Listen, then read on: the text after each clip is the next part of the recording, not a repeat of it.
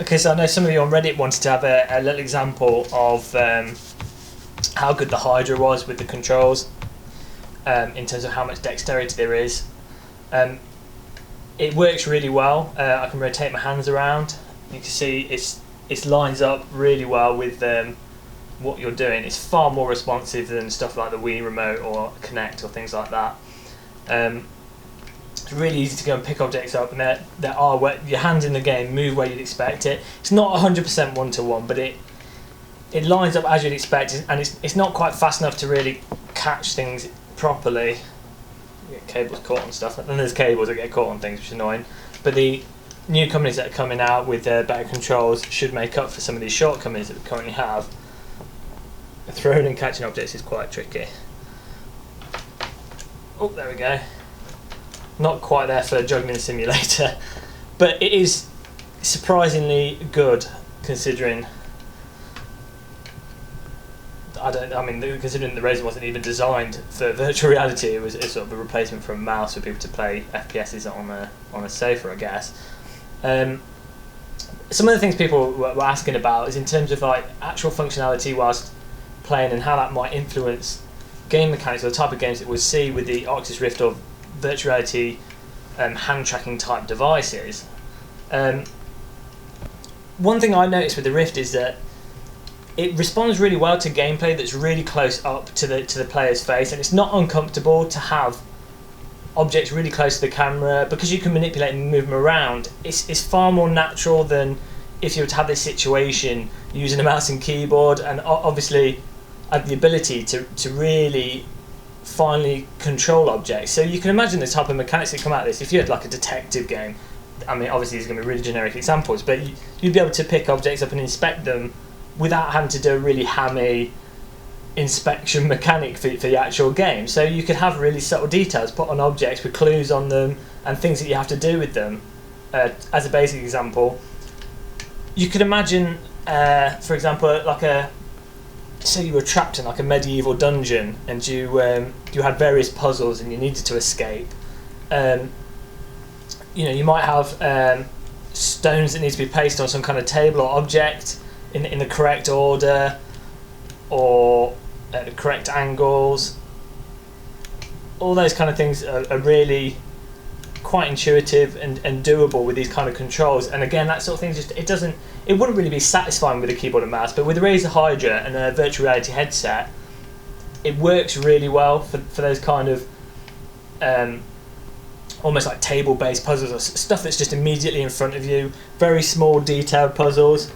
As a chair, there's some aspects of the in this Tuscany demo, the physics can sometimes glitch out a bit. But say for example there was a riddle ordered by ages or something, and all the books were obviously of different ages. Maybe you had to like pick them up and read there'd be like a date on them, and then you had to put them in the right order on the table to progress, or something would happen. Or maybe there was a book that had do not set on fire or something, and so you're in this environment, you've got these books, you need to progress, and it's like, well, do not set on fire. Oh, paper's flammable. Let's see what happens. Oh, there you go, I'll set the book on fire. But that could progress the gameplay. I mean, that wouldn't really be particularly fun with a mouse and keyboard, but with a virtual reality environment where you feel inclined to look around and pay attention to the environment way more than you do when you're playing a normal FPS. Personally, maybe it's different from player to player, but I just don't feel the need to rush around when you're in a VR environment. Using the Oculus Rift, it feels quite satisfying just looking at the details and taking it in more. And it's far more conducive, I think, to like puzzle gameplay. Far more slower paced gameplay, I think, works better with virtual reality than your classic run through corridors shooting people, or even like with Half-Life 2. I mean, it's got a good number of puzzles in it, but a lot of it is shooting and covering, which, I mean, that would work fine with the Oculus Rift and that would be a really enjoyable experience. But I think the key thing with the Rift and proper motion controls is that it gives you the opportunity for new types of game to really be viable and be enjoyable. I mean, I remember when the first time I played Half-Life 2, the physics puzzles in it were more just irritating than enjoyable. But I think if done properly, with something like the Rift, it would actually be enjoyable. It wouldn't just feel like a chore getting in the way of the core gameplay. You could build a game around it. I was going to escape the Tuscany demo. Free, that's it. I wonder how many people have actually left the Tuscany house and explored further afield. But yeah, it's really good. It's really accurate with the Hydra, which has its own issues. Like it drifts a bit. If you move, then the hands get disconnected from their actual location, and sometimes you have to recalibrate it. But even with its problems, it's actually, if you had a well-designed puzzle game, or just a well-designed game in general, it works as a way to interact with the virtual world. So it's not seamless. It's still early days. I think we're a good 2 or 3 years from really solid virtual reality experiences. But if you look at some of the demos that have come out, people are starting to refine already ways of interacting and getting it to work with easily accessible consumer hardware, which is really nice. I'm gonna go back to the house if I can get back in, and then I was gonna try and throw the balls into the different windows to see how easy it is to actually throw the object into the windows. I'm telling you last day. Here we go. It is really strange standing up and sort of it's as if I'm sliding along. It's like GoldenEye on the N64. There we go. If you crouched in GoldenEye on the N64, there was no crouch walking animation. You just slid along on your knee. Let's go. I don't know if I can get back in. Should be interesting. I can't afford to knock this plank of wood. There we go. Oh dear. Okay. Oh, maybe I can get through this gap. Nope. It's all down to you, Mr. Plank of Wood. Here we go. Almost. There we go. Okay, so I'm going to try and throw the balls that are in the house through those windows, see if I can get them in. See how hard that is. Just reset the controls. There we go. I'm still off a bit to line up. See, this whole recalibrating thing's a bit awkward, and if you were immersed in a game, it's going to really... The book's still on fire. It's really going to take you out of the game if you have to keep recalibrating. I think there might be another basketball outside. I'll just start getting that.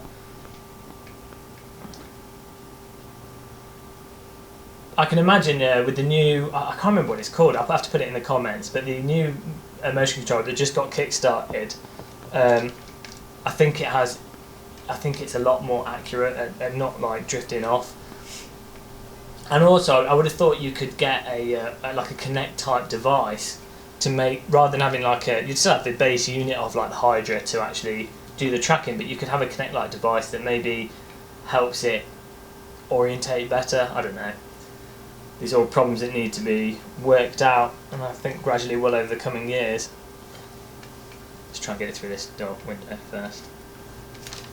Well, it's not intuitive how hard you'd have to throw things, because I mean the sensor's not. You don't have a sense of mass. But then again, there's people working on haptic controllers that maybe will convey to a high enough extent how much mass objects have for you to be able to throw them properly. Oh, right, a magic trick that way. I think it collided with me, and as a result, disappeared. So let's throw a barrel through the window instead. There are some physics glitches in this demo at the moment, so you get stuff where if you collide an object with another object, it just goes straight through it. Let's go. Oh, it's a bit heavy. Oh, it seems to like to be accelerated gradually, and then rather than a flick. There we go. Well, let's try this barrel throw in. I feel kind of superhuman Oh yeah, there we go. Well, it's like anything really. You have to learn how to interact with the virtual world. It's not 100% intuitive, and I think maybe you do get the expectation that it would work exactly as you expect in the real world because you're using your hands and stuff. But there's still a learning curve to it. But it's not a painful learning curve, and there we go. Oh no. I'm not sure if this would be a good mechanic to try and put into a game. You may pass by throwing the barrel through the window. It'll probably take you a good couple of hours to try this one. Oh no. Oh, there he goes. I'm not stopping until I get this barrel through the window. Oh, I've knocked my Razer Hydra, so the introduction of wireless controllers would definitely be very positive indeed, because you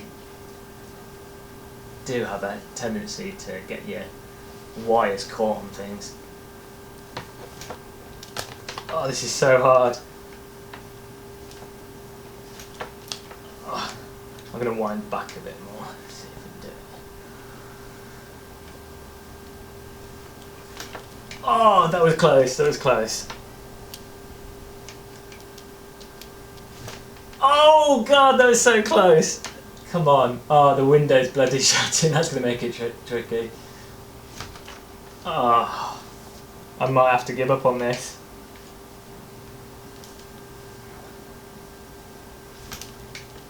Yeah, I don't think it's happening. Let's see if there's another window on the side of the house.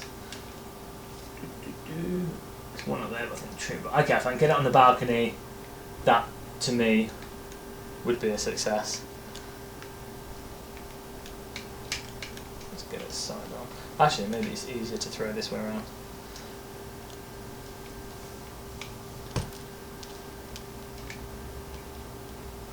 Oh, it's really hard to get.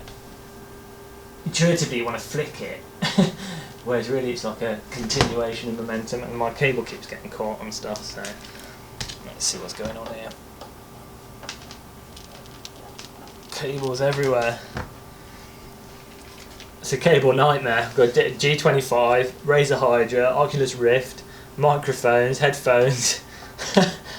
Just gets worse, progressively worse. Maybe in 20 years time we won't have computers, we'll just have cables.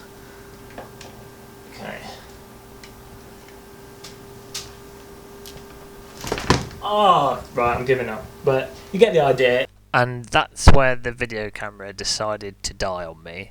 So thanks for watching the video. Hopefully there was stuff of interest in there. I'll be uploading some more videos soon. So if you want to see them or get notified of them, subscribe to my channel. And there's other videos on my channel already. So if you want to see them, just go to my channel and check them out. Again, thanks for watching, and have fun with your Oculus Rift development kits.